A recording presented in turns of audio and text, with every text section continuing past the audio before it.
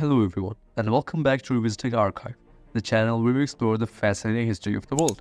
This is the 10th installment in our Portuguese history series, and in this video we will talk about modern Portugal, its journey to democracy, its integration into the European economic community, and the economic challenges it faced.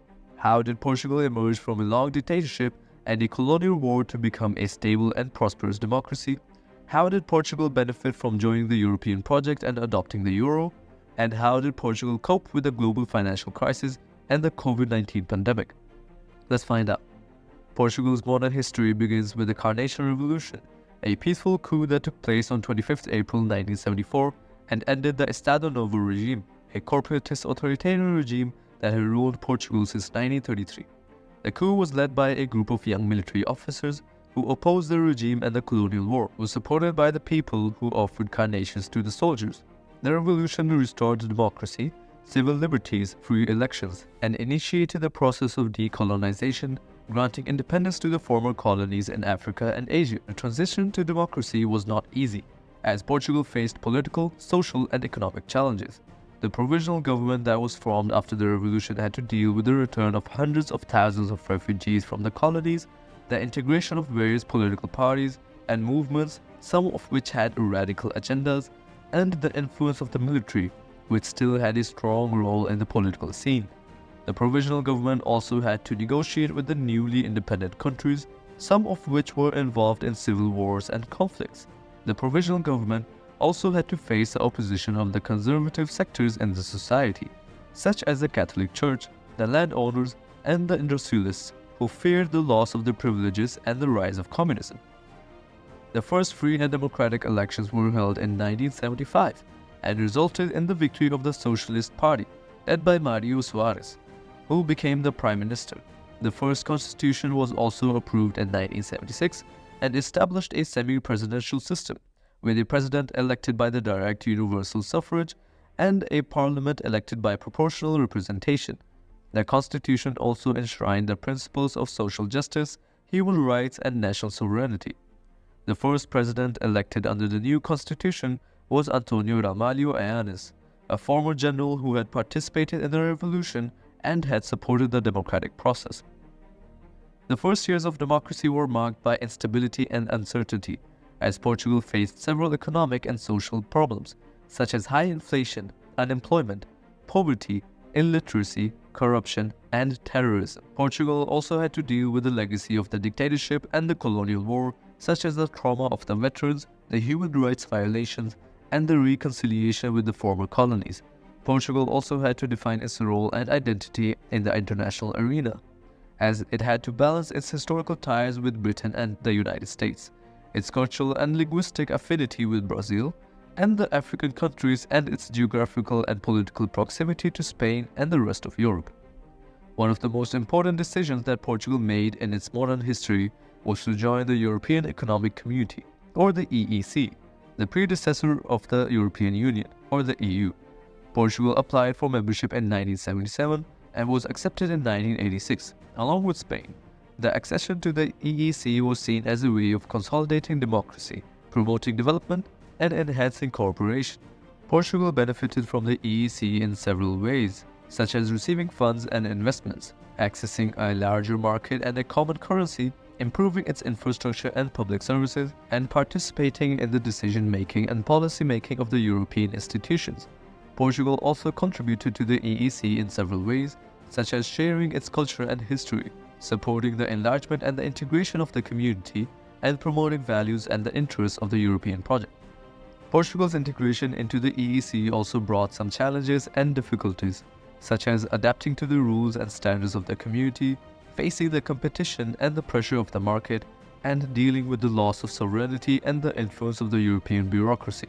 Portugal also had to cope with the changes and the crises that affected the EEC and the EU, such as the Maastricht Treaty and the creation of the euro, the enlargement to the east, and the Constitutional Treaty, the Lisbon Treaty, the Brexit, and the COVID-19 pandemic. Portugal also had to balance its relations with the EU and its other partners, such as the United States, the United Kingdom, Brazil, and the African countries.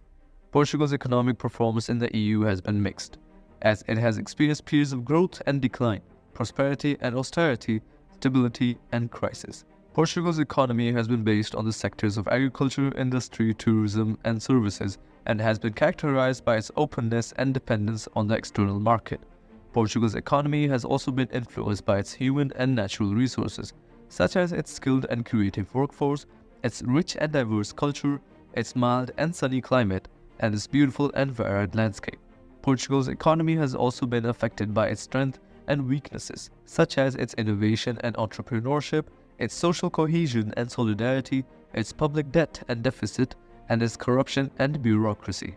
One of the most severe economic crises that Portugal faced in its modern history was the global financial crisis of 2008, which had a devastating impact on the country's economy and society. The crisis was caused by several factors, such as the burst of the housing bubble, the collapse of the banking system, the contagion of the sovereign debt crisis, and the lack of competitiveness and productivity. The crisis led to a deep recession, high unemployment, low growth, and a loss of confidence.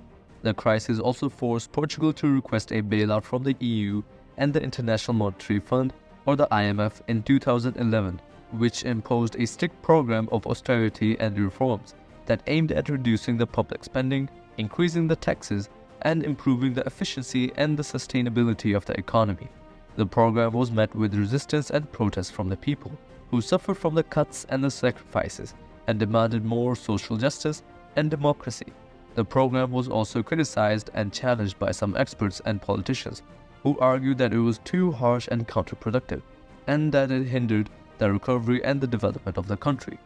Portugal managed to overcome the crisis and to exit the bailout program in 2014, and to resume its economic growth and recovery in the following years.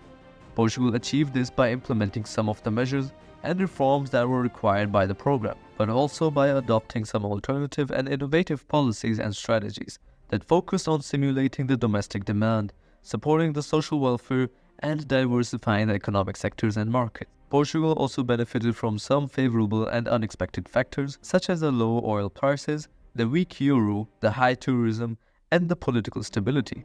Portugal also received some recognition and praise from the international community, such as the election of António Guterres as the Secretary General of the United Nations, the hosting of the Eurovision Song Contest and the Web Summit, and the winning of the Euro 2016 and the UEFA Nations League by the national football team.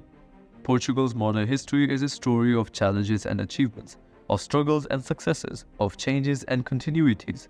Portugal has gone through a remarkable transformation from a dictatorship and a colonial power to a democracy and a member of the EU.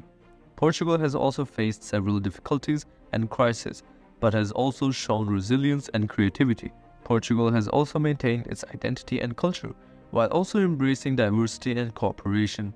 Portugal is a small but proud country that has a rich and diverse history, that has influenced and been influenced by the world. What do you think of modern Portugal and its history? Do you agree or disagree with the decisions and the actions of the Portuguese people and leaders? Let us know in the comments below. And don't forget to like, share, and subscribe to Revisiting Archive. And as always guys, keep revisiting the archive.